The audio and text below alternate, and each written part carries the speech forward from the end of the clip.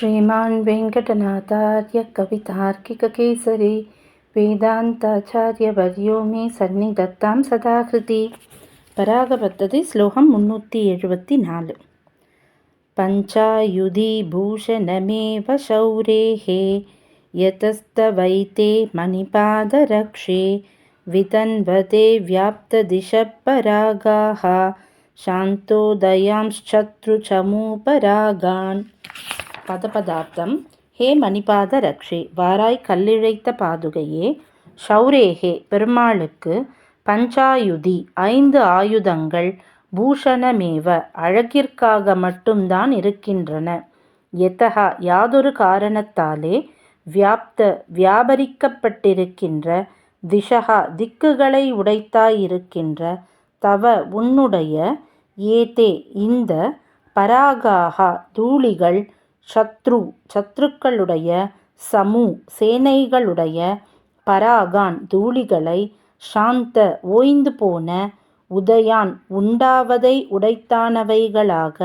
விதன்வதே, செய்கின்றனவோ அப்படின்னு சாய்க்கிறார்.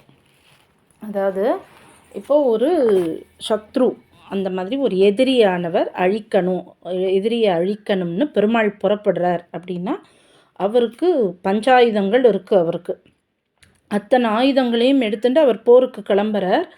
ஆனால் அவர் போருக்கு அந்த கிளம்புற வேகத்தில் இந்த பாதுகையின் தூளிகளானது அவர் ஏழ்றாருங்கிறத முதல்லையே இந்த தூளிகள் சொல்லிடுறது. முன்னாடியே ஒரு ஸ்லோகத்தில் பார்த்தோம், மன்மத சேனை அப்படின்னு பார்க்கும்பொழுது எவ்வளோ புழுதிய கலப்பும் அந்த சேனைன்னு.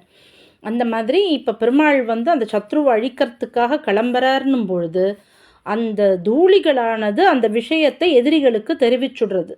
பெருமாள் கிளம்பி வரார், அதுவும் கோபமாக வரார் அப்படிங்கிற விஷயத்தை அந்த தூளிகள் சொன்ன உடனேவே அந்த எதிரிகள் சேனை மொத்தமே அடங்கி போயிடுறது, ஓய்ந்து போனவையாக ஆயிடுறது, சாந்த.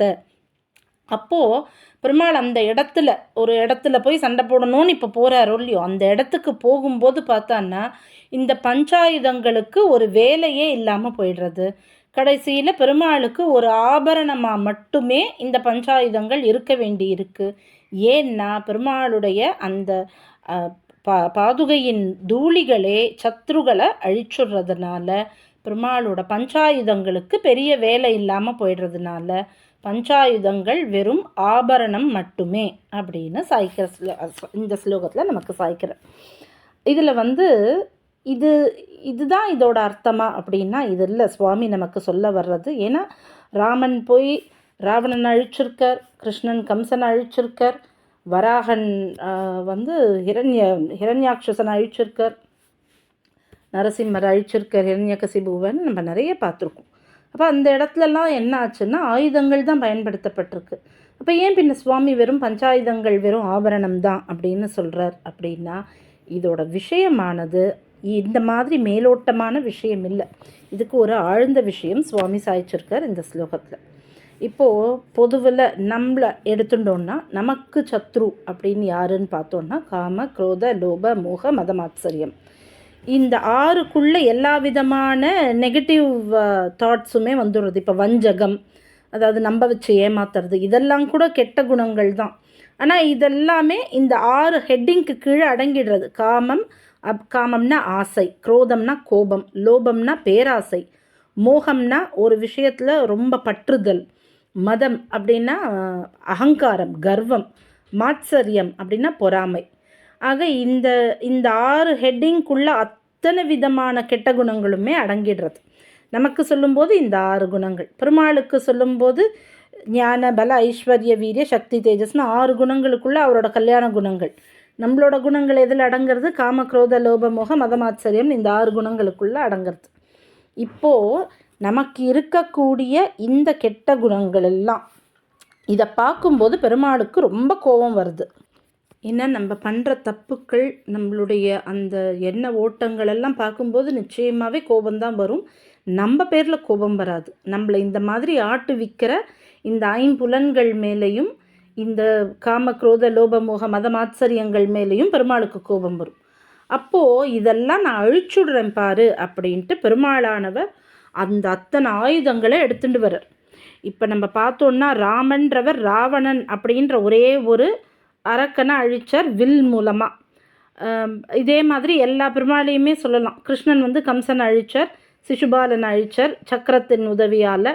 பௌண்டரக வாசுதேவன் பேராசைக்கு ஒரு உருவமாக, இப்போ காமம் ஆசைன்னு எடுத்துட்டா ராவணனை வில்லால் அழிச்சார்.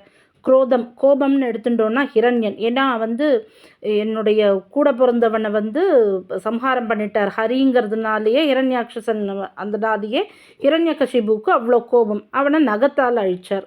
லோபம் பேராசை, பௌண்டரக வாசுதேவன் தானே பெருமாளாக இருக்கணும்னு பேராசை, அவனை சக்கராயுதத்தால் அழிச்சார்.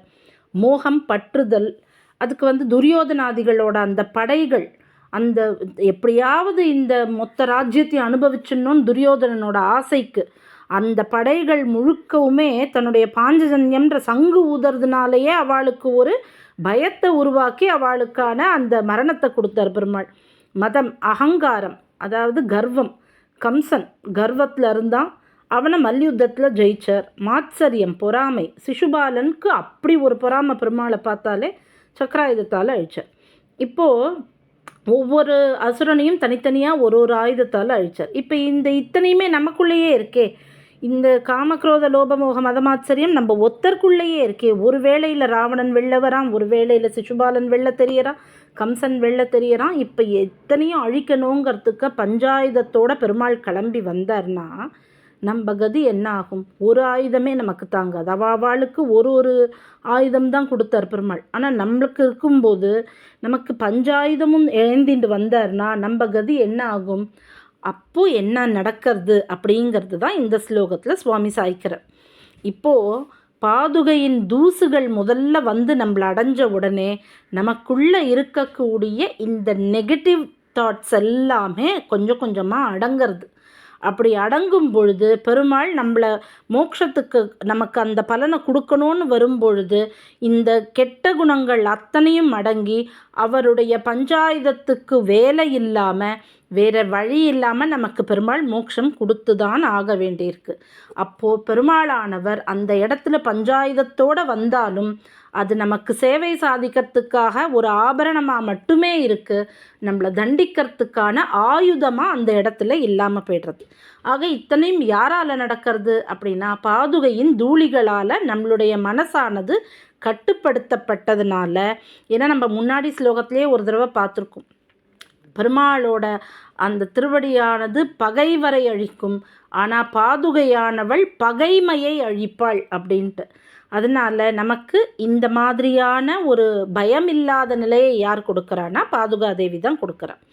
இதுக்கும் ஒரு சுவாபதேசம், அதாவது இந்த ஸ்லோகத்துக்கு இது சுவாபதேசம். ஆனால் இதுக்கும் ஒரு சுவாபதேசம் என்ன அப்படின்னா ஆழ்வாரோட ஸ்ரீசுக்திகள். நம்மளுடைய ஆழ்வாருடைய ஸ்ரீசுக்திகளானது நமக்கு மனசை தெளியப்படுத்தி நம்மளுடைய மனசை ஒரு நிலையில் கொண்டு வந்து பெருமாள் நம்மளை தண்டிக்காதபடிக்கு பண்ணுறது. அதுக்கு நம்மாண்டவன் வியாக்கியானம், ஒரு ஜீவனுக்கு ஆசை, கோபம் முதலிய சத்ருக்கள் ஆழ்வாருடைய ஒரு பாசுரத்தாலேயே போகின்றன. ஸ்ரீபாஷ்ய ஞானம் முதலானது அலங்காரத்திற்கு தான் அப்படின்னு சாய்க்கிறார். ஆக இந்த வேதாந்தம், வேதாந்தம் இதெல்லாம் நமக்கு புரிஞ்சிக்கவே முடியாது. அதெல்லாம் நம்ம பெருமாளோட ஆபரணமாக தான், அலங்காரமாக தான் பார்க்குறோம். ஆனால் நமக்கு ஞானத்தை கொடுக்கறது எதுன்னா ஆழ்வாரோட ஸ்ரீசுக்திகள் தான். ஆக பாதுகையின் பராகங்கள், ஆழ்வாரின் ஸ்ரீசுக்திகளானது நமக்குள்ளே இருக்கக்கூடிய இத்தனை அசுரனையும் அடக்கி வச்சு பெருமாளானவர் நம்மளை தண்டிக்காதபடிக்கு பஞ்சாயுதங்கள் ஆபரணமாக மட்டுமே அமைகின்றதுன்னு சொல்கிற ரொம்ப அழகான ஸ்லோகத்தை நமக்கு கொடுத்துருக்காரடியேன். கவிதார்க்கிக சிம்மாய கல்யாண குணசாலினே ஸ்ரீமதே வெங்கடேசாய வேதாந்த குரவே நமஹா.